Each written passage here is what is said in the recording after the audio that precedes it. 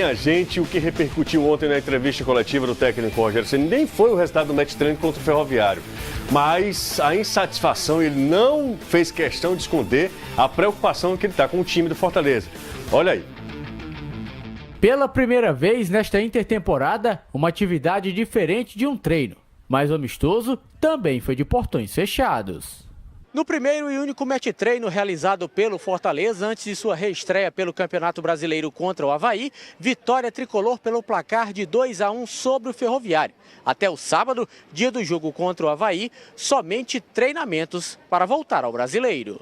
Mas o principal assunto da coletiva do técnico Rogério Ceni não foi o resultado. Infelizmente hoje nós estamos menos prontos hoje para o jogo do que antes da parada da Copa, quando vinha com acúmulo de jogos, mas também com mais jogadores para trocar. Infelizmente essa é a realidade de momento. Vamos tentar mudar essa realidade no decorrer das semanas que vão chegando. Foram quase 20 dias trabalhando para tentar melhorar a equipe em vários aspectos. Porém, o Fortaleza perdeu 5 jogadores e destes, 3 eram do setor de ataque. E o clube está tendo muitas dificuldades em conseguir trazer novos jogadores. Você encontrar nomes que atendam às necessidades da gente, juntamente com dinheiro para você poder contratar, comprar, emprestar jogadores. Felizmente, alguns outros times têm mais facilidade. Por exemplo, você vê o Bahia, acho que com 7, 8 contratações de jogadores bons, importantes. Infelizmente, talvez esses mesmos jogadores não despertaram interesse em vir para cá. Situação nada fácil para quem busca se afastar o máximo possível da zona de rebaixamento e somar o máximo de pontos possíveis, principalmente jogando dentro de casa. Bastante preocupante. Nós esperávamos como um todo, o clube também, tenho certeza, eu não esperava a saída do Marcinho, que é uma venda e você não pode bloquear isso, porque não tem como fazer, não tem alternativa, né, para essa... Está em contrato, né?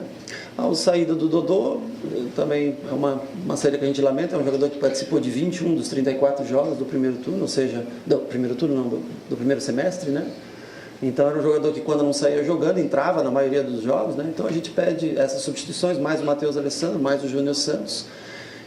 E até agora a gente tem a chegada do Mariano, que ainda não está à disposição. Mariano Vasquez, o único contratado até aqui durante esta intertemporada, não deverá participar do jogo contra o Avaí.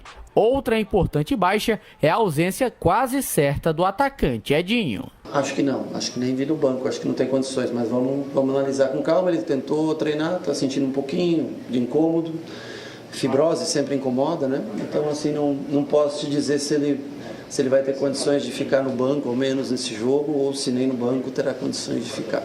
A pausa serviu para o descanso dos jogadores, mas sem reforços e jogadores saindo, não fez bem ao time.